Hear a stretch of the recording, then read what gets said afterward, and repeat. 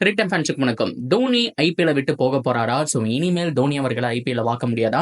And Rishabh Pant சிஎஸ்கேக்கு almost confirm ஆயிடுச்சான். And Steve Smith ஆர்சிபிக்கு போக போறான்னு சொல்லிட்டு அவ்வளவு ஐபிஎல் அப்டேட்ஸ் இன்றைய நாளில் வந்திருக்கு. ஸோ என்ன ஏது அப்படிங்கிற கம்ப்ளீட் டீடைல் இந்த வீடியோவில் பார்த்து தெரிஞ்சுக்கலாம். அதுக்கு முன்னாடி ஃபர்ஸ்ட் டைம் சேனல் வரீங்கன்னா மறக்காம சப்ஸ்கிரைப் பண்ணி சப்போர்ட் பண்ணுங்க. அப்போ அப்டேட் எல்லாமே உங்களுக்கு வந்து சேரும். சரி வாங்க வீடியோக்குள்ள போகலாம். So first of all 1 month anniversary நம்ம வேர்ல்ட் கப் படிச்சு கொண்டாடுறோம் கிட்டத்தட்ட ஒரு மாசமாச்சு. இதுக்கு நடுவில் ஏகப்பட்ட லீக் மேட்ச் எல்லாமே போனா கூட இன்னும் எடுத்த உடனே மைண்ட்ல ஸ்ட்ரைக் ஆகக்கூடிய விஷயம் சூரியகுமார் யாதவ் அவருடைய ஒரு கேட்ச் தாங்க. என்ன ஒரு கேட்ச் மறக்கவே முடியாது. ஸோ அதுவும் மேட்ச் வின்னிங்கான ஒரு டேர்னிங் பாயிண்ட் அப்படின்னு நான் சொல்லுவேன். அட் த சேம் டைம் பும்ராவுடைய ஓவர்ஸ் ஆப்வியஸா லெஜெண்டுங்க. அவரு எந்த மாதிரியான ட்ராக்ல கொடுத்தாலும் மனுஷன் வேற லெவல்ல பர்ஃபார்ம் பண்றாரு. விராட்டே சொல்லியிருப்பாரு, பும்ரா மட்டும் உங்க சைட்ல இருந்தாரு அப்படின்னா நீங்க தான் சாம்பியன் அப்படிங்கிற மாதிரி. ஸோ அந்த அளவுக்கு டெரிஃபிக்கான ஒரு பவுலர். அப்படியே கட் பண்ணா ரோஹிட்டோடைய கன்சிஸ்டன்சி, விராட் கோலியோட அந்த ஒரு ஃபைனல் நாக் அப்படின்னு சொல்லிட்டு நிறைய அடிக்கிட்டு போயிட்டே இருக்கலாம். ஆல்ரவுண்ட் டீம் பர்ஃபார்மன்ஸ்னால அந்த ஒரு T20 வேர்ல்ட் கப்பை ராகுல் டிராவிட்டுக்கு பிரசன்ட் பண்ணாங்க. அப்படியே கட் பண்ணோம் அப்படின்னா இப்போ 1 month ஆனிவர்சரி ஜாலியா கொண்டாடிட்டு இருக்காங்க. ஸோ இது போக ஏகப்பட்ட நியூஸும் இதே நாள்ல வந்திருக்கு அப்படின்னு தான் சொல்லி ஆகணும். நம்பர் 1 போயிட்டு இருக்கிற நியூஸ் என்ன அப்படின்னு நீங்க கேட்டீங்கன்னா நம்ம MS தோனியுடைய ரிட்டைர்மெண்ட் தான். ஸோ இப்போ சிஎஸ்கே மேனேஜ்மெண்ட் அபிஷியலா சொல்லல, பட் இருந்தாலும் ஏகப்பட்ட டைம்ஸ் ஆஃப் இந்தியா ஆகட்டும், கிரிக் பஸ் எல்லாமே அபிஷியலா பேசிட்டு இருக்க ஒரு விஷயம் என்ன அப்படின்னா 5 to 6 ரிட்டன்ஷன் இருந்தா மட்டுமே MS தோனி இருப்பாரு. ஸோ மற்றபடி எப்பவுமே மெகா ஆப்ஷனுக்கு கொடுக்குற மாதிரி 4 ரீடைன் பிளேயர்ஸ் மட்டும் கொடுத்துட்டாங்க அப்படின்னா கண்டிப்பா தோனி அவர்கள் விளையாட மாட்டார் அப்படிங்கிற மாதிரி சொல்லியிருக்காங்க. இன்னொன்னு என்னன்னா இம்பாக்ட் பிளேயர் ரோல் இருக்கிறதுனால தாராளமா தோனியால 11ல விளையாடலாம். ஸோ தோனி மட்டும் கிடையாதுங்க, ஏகப்பட்ட பேர் 40 வயசுக்கு மேலேயும் டேலண்டடா இருக்காங்க. இப்போ 52+ எடுத்துக்கோங்க. ஸோ அவருக்கு 40 ஏஜுக்கு மேல ஆச்சு. இன்னும் ஏகப்பட்ட கிரிக்கெட்டர்ஸ் இருக்காங்க. ஸோ இவங்க எல்லாம் ஸ்டில் இன்னும் ஃபார்ம்ல இருக்கும்போது அந்த ஏஜ் ஒரு ஃபேக்டர் பார்த்து தான் டீம் செலக்ட் பண்ணுவாங்க. ஆனா ஆப்வியஸா தோனியை சிஎஸ்கே மாதிரியான மேனேஜ்மெண்ட் விட மாட்டாங்க. ஸ்டில் ஆப்ஷனுக்கு வந்தாலும் ஏகப்பட்ட பிரான்சைஸ் வாங்கி ஒரு சீசனுக்காக நாங்க கேப்டனா வச்சுக்கிறோம் அப்படிங்கிற மாதிரி தான் போடுவாங்க. ஸோ அந்த மாதிரி தான்.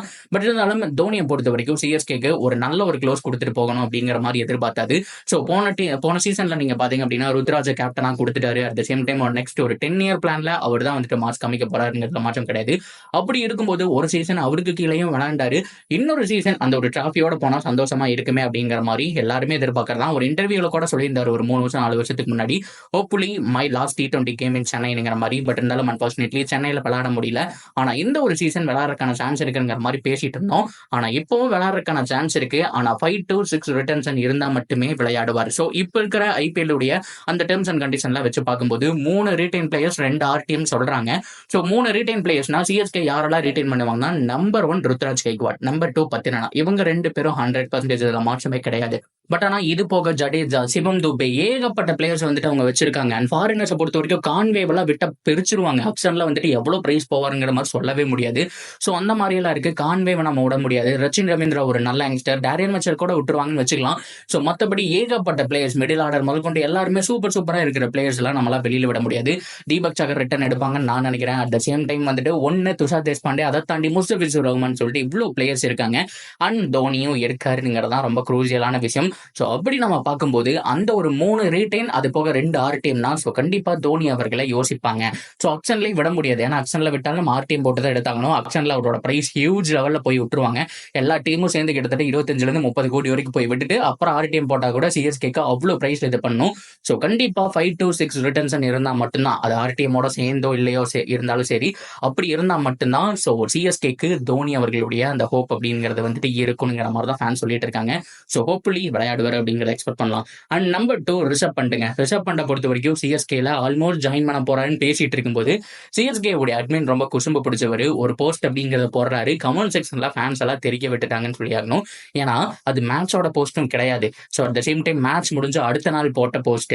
ஸோ அதுவும் காலங்காத்தால கிட்டத்தட்ட ஒரு 5 hours முன்னாடி, மேட்ச் நடக்கிறதுக்கு 5 மணி நேரத்துக்கு முன்னாடி பார்த்தோம் அப்படின்னா அவர் அடிச்ச ஒரு நேத்து மேட்ச் அடிச்ச 6 அந்த ஒரு போஸ்ட்ல போட்டிருந்தாரு. ராக்கெட் மாதிரி போச்சு அப்படிங்கிற மாதிரி போட்டிருந்தாங்க.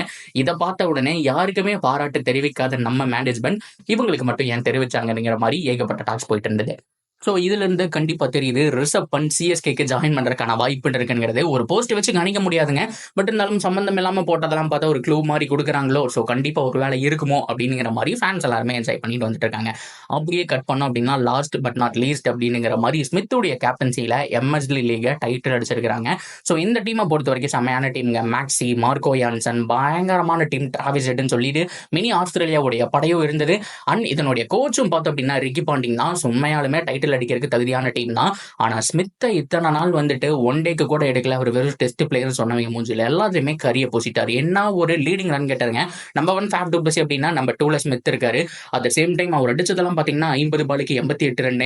ஸோ அது மட்டும் இல்லாம 19 பாலுக்கு 30 ரன் அப்படிங்கிற மாதிரி குரூசியல் நாக்கு 50 ஏகப்பட்ட கிட்டத்தட்ட பெஸ்ட் T20 பேட்ஸ்மேன் மாதிரி, அதாவது டிராவிஸ் ஹெட்டுக்கு ஈக்குவலா ஆடி இருக்காருங்க. இந்த ஸ்ட்ரைக் ரேட் எல்லாம் பார்க்கும்போது கண்டிப்பா ஐபிஎல்ல ஒரு நல்ல டீமுக்கு போறதுக்கான சான்ஸ் இருக்கு. உடனே விடுவாங்களா நம்மளுடைய ஆர்சிபி ஃபேன்ஸ்? ஸோ ட்விட்டர்ல தெரிவிக்க விட ஆரம்பிச்சிட்டாங்க. கண்டிப்பா ஸ்மித்துக்கு ஒரு சான்ஸ் இருக்கு, ஸ்மித்தை ட்ரை பண்ண போறாங்க அப்படிங்கிற மாதிரி. ஆக்சுவலா இங்க மேக்ஸ்வெல் வில்ஜாக்ஸுக்கே இடம் கிடைக்குமானுங்கும் போது ஸ்மித் கண்டிப்பா 100% உள்ள வாய்ப்பு இல்லைன்னு சொல்ல முடியாது. பட் இருந்தாலும் என்ன நடக்க போகுது அப்படிங்கிறத பொறுத்து வந்து பார்ப்போம். ஸோ இதை பத்தின உங்களுடைய கருத்துக்கள் தாராளமாக கமெண்ட்ல சொல்லுங்க. தொடர்ந்து அப்டேட்டுக்கு சேனலோட இணைஞ்சிருக்கேன். மறக்காம சப்ஸ்கிரைப் பண்ணி சப்போர்ட் பண்ணுங்க.